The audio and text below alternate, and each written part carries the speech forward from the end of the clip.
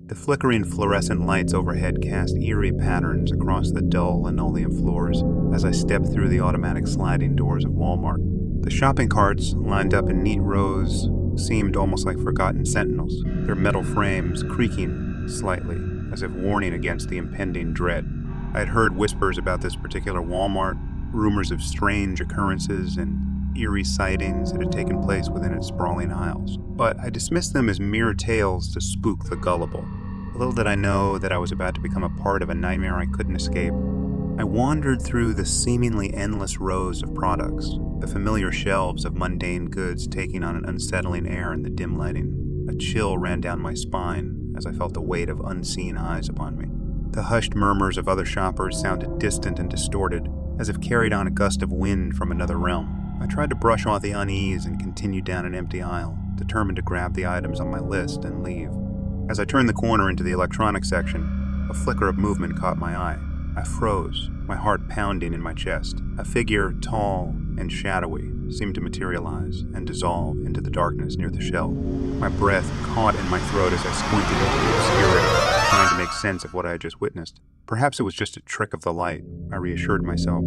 Trying to regain my composure, I picked up the pace, my footsteps echoing eerily through the desolate aisles. The sensation of being watched intensified, and I couldn't shake the feeling that the very walls were closing in on me. The overhead lights continued their erratic dance, casting distorted shadows that seemed to move on their own accord. I hurried past the toy section, where dolls with vacant stares seemed to watch my every step.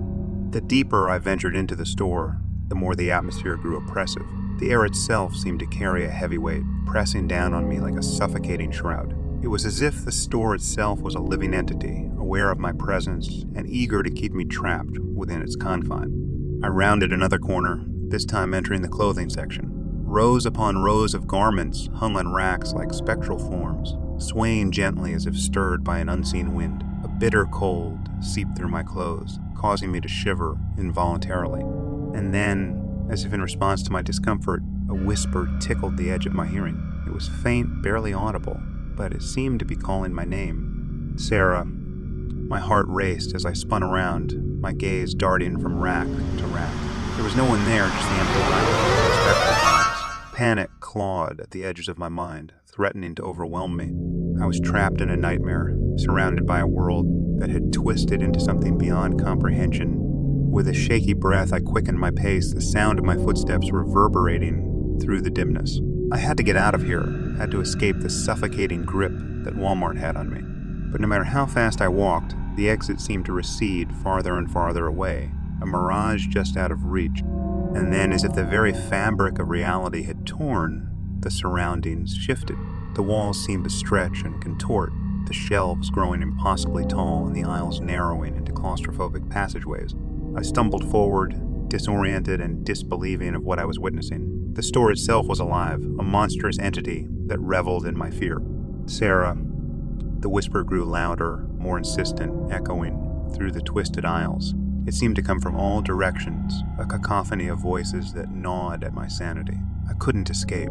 I was trapped within the labyrinthine heart of Walmart, at the mercy of forces beyond comprehension. With each step, I felt the boundary between reality and nightmare blur. Time lost its meaning, and the world around me became a whirlwind of distorted shapes and shadowy forms. Just when I thought I could take no more, the darkness receded.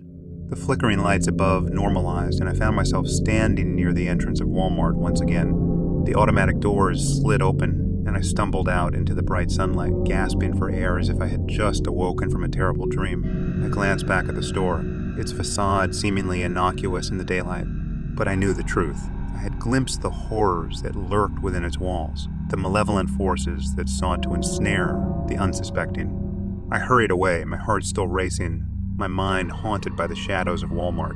The tales I had dismissed as mere rumors were now etched into my memory, a chilling reminder that even the most ordinary places can harbor the darkest of secrets. And as I walked away, I couldn't help but wonder if those who had never returned from the depths of Walmart were still trapped within its nightmarish grasp, their voices forever lost amidst the twisted aisles and flickering lights.